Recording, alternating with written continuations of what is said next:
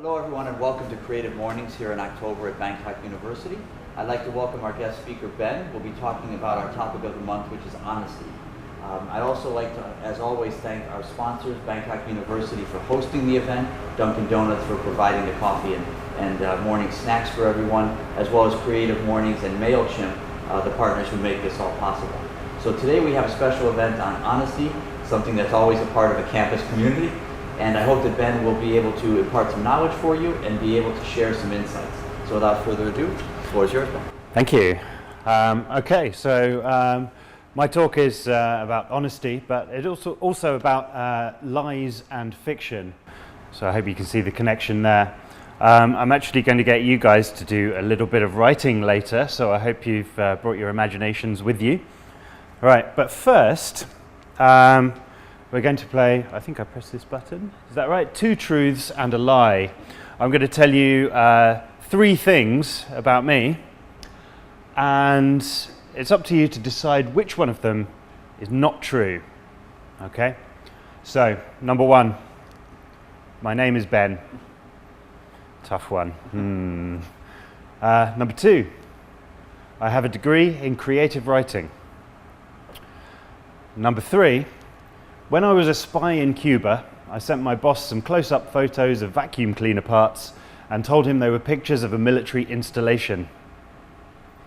So, any guesses as to which one of those might be a little bit untrue? I'm going to say the third one. The third one, okay.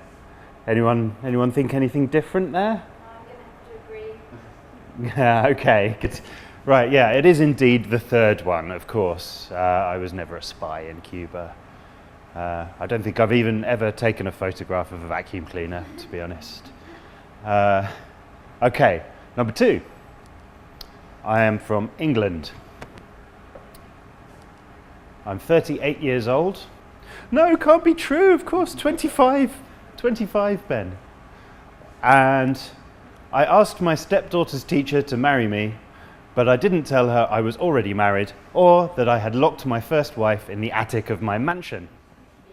2. Most people lie about their age. You think it's 2? Okay. Well, that's very kind of you. Unless you're saying you think I look older. Okay. You're not sure? Oh, right. Oh, my. I thought I'd listened. Sorry? You've got the edge of the accent now. Is it English?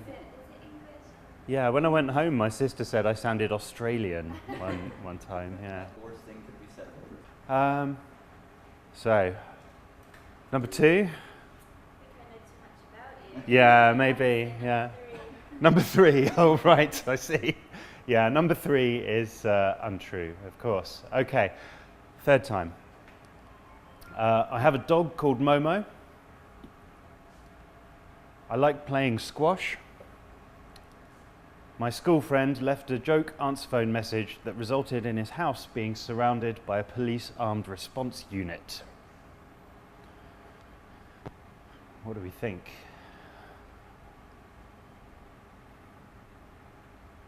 Well, continuing from the track, the third one. The third one, okay. I think the second one. The second one. Oh, I snuck one past you. I have a cat called Momo. Yeah, and if you want to know the story of that, you can ask me later. Jonathan Raw. It was a friend of mine at school when we were about 15, 16. Yeah, if you want to know, I'll tell you the whole story of it later. Let's not put it on It was video. quite funny. Yeah. No names at this stage. Okay, so moving on, what I'd like to talk about is lies told by characters in famous stories. And the sharp-eyed among you, those that are interested in English literature, may have noticed something familiar about some of my lies that I told in that game. Okay, so a literary lie is what I've called these, lies that characters tell in famous stories. So the first one, if you remember, when I was a spy in Cuba, I sent my boss some close-up photos of vacuum cleaner parts and told him they were pictures of a military installation. Has anyone heard of this literary lie before? Okay. All right. No, nobody would have any idea of the name of the character that told this lie then, for instance. Okay, well this character's name is James Wormold.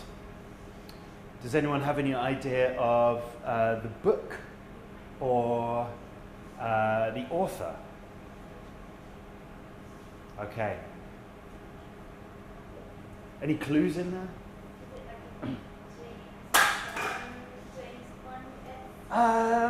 Not really, no. Yeah, it doesn't, it's not Ian Fleming or James Bond or anything like that. No. More of a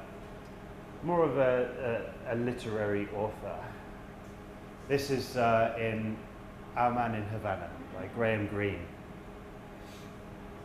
Yeah, okay. So maybe the next one will be a bit easier, I don't know. I asked my stepdaughter's teacher to marry me, but I didn't tell her I was already married or that I had locked my first wife in the attic of my mansion. It says threads to the Sherlock Holmes plot. Actually, is The Problem with Fort Bridge. earlier than that. But yes, there are similarities in. That's it, because I go. All right. Okay. Any ideas of the name of the character who did this? No. This was Edward Fairfax Rochester. Any ideas of the book or the author? No. Oh. Okay. Jane Eyre, Charlotte Bronte. Yeah. So yeah, a bit before Arthur Conan Doyle was writing. Okay, so those are two literary lies, and if you remember, the third one that maybe sounded a bit like a literary lie was actually true. So, what's the point of having a literary lie? Why do writers get their characters to lie? What's interesting about these two? What do you guys think is interesting? Is there anything more that you would like to know about them? What happened next? Okay, yeah, what happened next, yeah. I would say what happened to make the lie happen. Okay, yeah, why did they lie? Yeah, what was their motivation? Yeah. Okay. Well, I think there are three useful areas that these lies allow the author to explore. Okay? The first one is the setting. Right? We know, for instance, the first one, the vacuum cleaner parts. Where did it happen? Cuba. Okay, interesting setting. Yeah, and what about Rochester's lie? Where do you think that happened?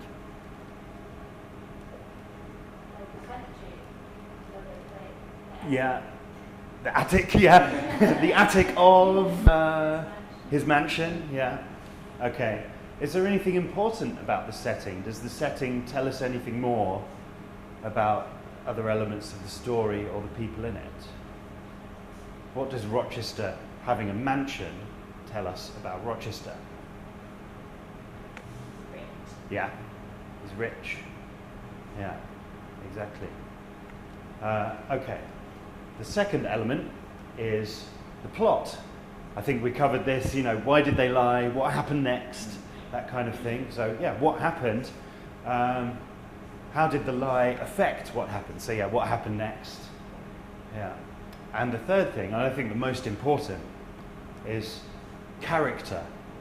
The lies reveal the character not only of the person who lied, but also of the people who react to that lie, and then react later in the plot to that lie being revealed as a lie. Okay? If you also, as an aside, if you look at sort of creative writing books, there's a common phrase that comes up when you're making characters and looking into what they're motivated. People say that you need to think of what is the lie that your character believes. And it might be something that they believe internally that motivates their actions and that over the course of the plot they have to resolve within themselves.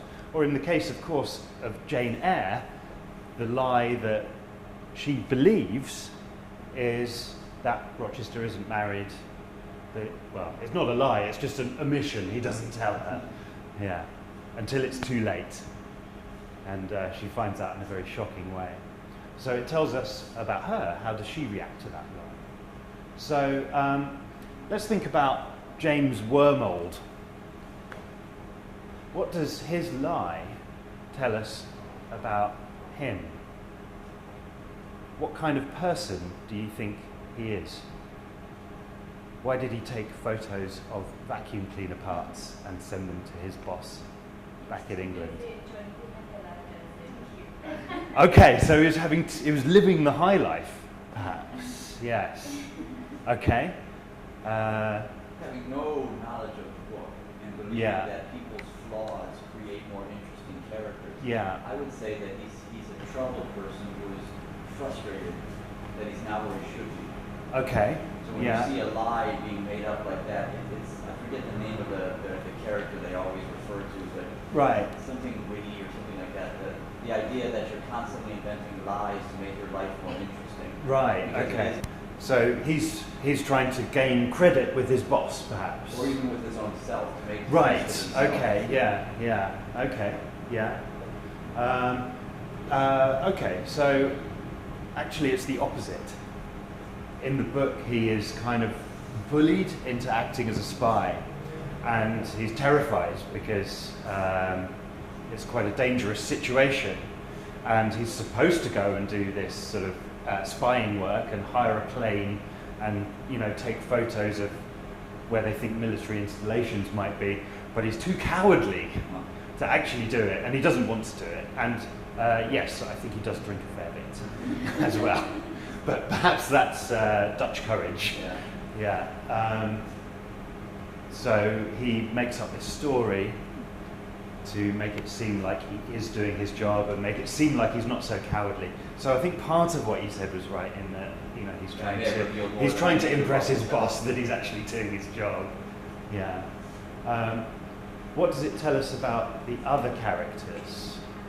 So it shows that he has been pressured into this by other characters.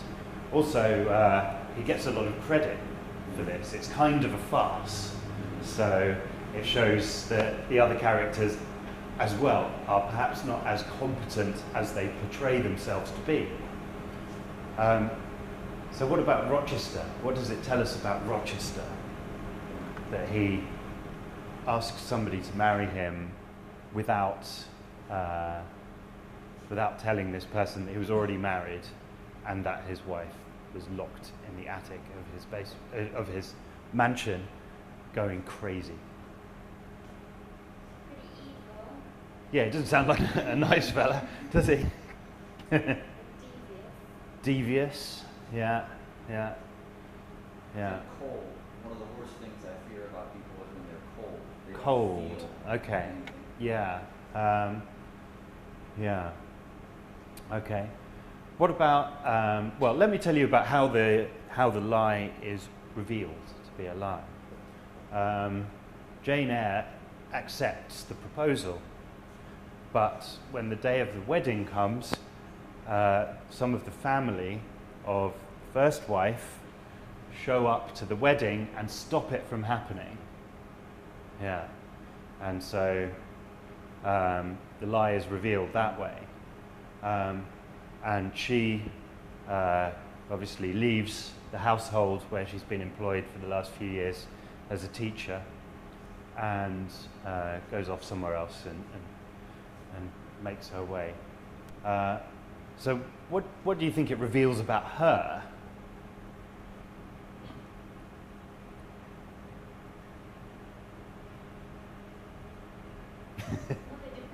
I mean, okay. Yeah, yeah, yeah. Obviously, she's got this disappointment. She thinks she's marrying this rich, romantic guy, and on the day of the wedding, finds out that he's been lying to her all along. Yeah. Yeah. Do you think she's culpable in the situation? No. Yeah. Well, there are mysterious and ghostly things that happen in the house, and it's almost portrayed up until that point as, you know, perhaps the house is haunted. You know, actually, it turns out to be a living person. Yeah. But yeah, she's the main character of the book, so she's revealed to be. But wouldn't it change her character in a dramatic? I mean, I didn't read the book. So Yeah, no yeah. The idea would be that as the author's writing, the lie is important because if the lie is not the point of the book, the character of Jane Eyre is the point. Yeah, of the exactly. book. So the lie Yeah. is the change that is the point of the book, which Yeah. puts the reader in the situation of Jane Eyre. We could sit and say, why didn't she see it all day? Yeah. The point is that we don't see everything ourselves, and that's what I would see as the author's goal. Yeah, yeah. Well, yeah. Obviously, you know, she learns and moves on, and well, I won't tell you the ending. I've given you enough spoilers for both of these books already that, you know, you have to read to the last chapter to to find out exactly what happens. But yeah, up until 3/4 of the way through, you'd be like, oh, that Ben told me everything. Yeah. Okay, so we can see that we've got setting, plot, and character all integrated into these literary lies. They're quite productive. They generate lots of questions, lots of places for writers to go and take their characters.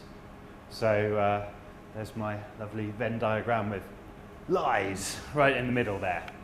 Okay, so I'm going to hand it over to you guys, and there are 2 parts to this. So ideally, if you're feeling so inclined, I would like you to think of your own literary lie. But if you find you're racking your brains and you can't think of one, you can always try to steal one from a story you've read or a film that you've seen, and you can try and sneak it past us as your own literary lie. So, double lying. Okay, so, oh, that doesn't quite fit. We've got some pens and paper here. I don't know if you want to move over here, it might be a bit better to sit down. I'll give you 5 minutes to come up with your own literary lie, and then we can share them. Yeah. Maybe I'll do one as well. Should have done first.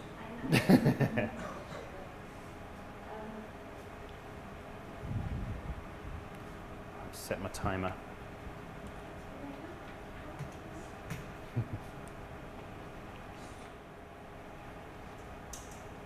Oh. I have actually got enough pens for everyone. Perfect.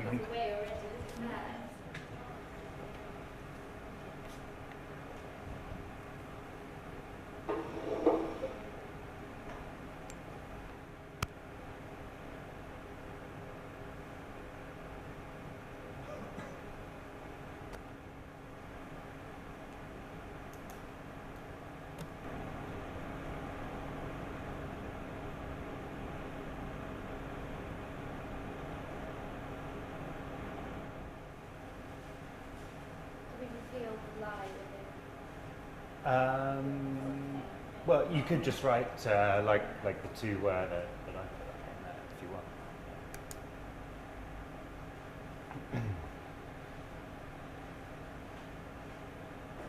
It's up to you.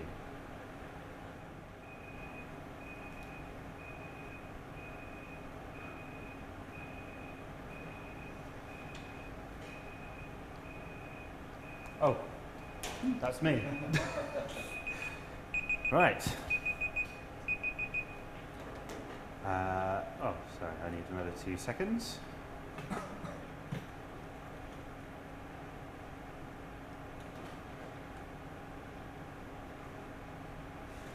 Okay, so who would like to share with us their lie first? Okay. Since I'm the dean, I can annul any grade given to me, so just remember that. I just did it along the thread that came into my head. Yeah. So imagine there's a story going on, and it begins with a quotation. Someone is speaking. To develop a truth, you must lie. It is not a lie if you believe it to be true. Creating truth from non-truth requires effort, but it exists every day around us. He said to the magistrate as the case wound down to a close. Those in the courtroom shifted uncomfortably as they questioned all they had heard and believed. The attorney smiled to himself as he sat down, confident he would get his decision. Nice. Yeah, that's why I said it just came out that way. Yeah. Okay. Mine's just very simple. Nina had been in a 10-year relationship with Jay, starting since she was 15 years old. One day he broke off with her, telling her he was getting married to another the next day. Oh, right. Wow. Okay. Mine is written the same way that yours were, I think. Okay. A woman hires a nanny for her kids due to her busy work schedule and stress over a recent split with her husband, whom she stopped from seeing her kids since the split. The ex-husband is an extremely talented actor, whose friends in the business turn him into a convincing old Scottish lady who, to make extra money, becomes a nanny.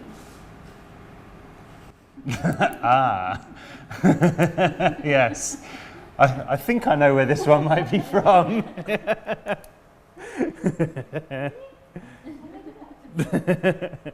What's the name of the nanny?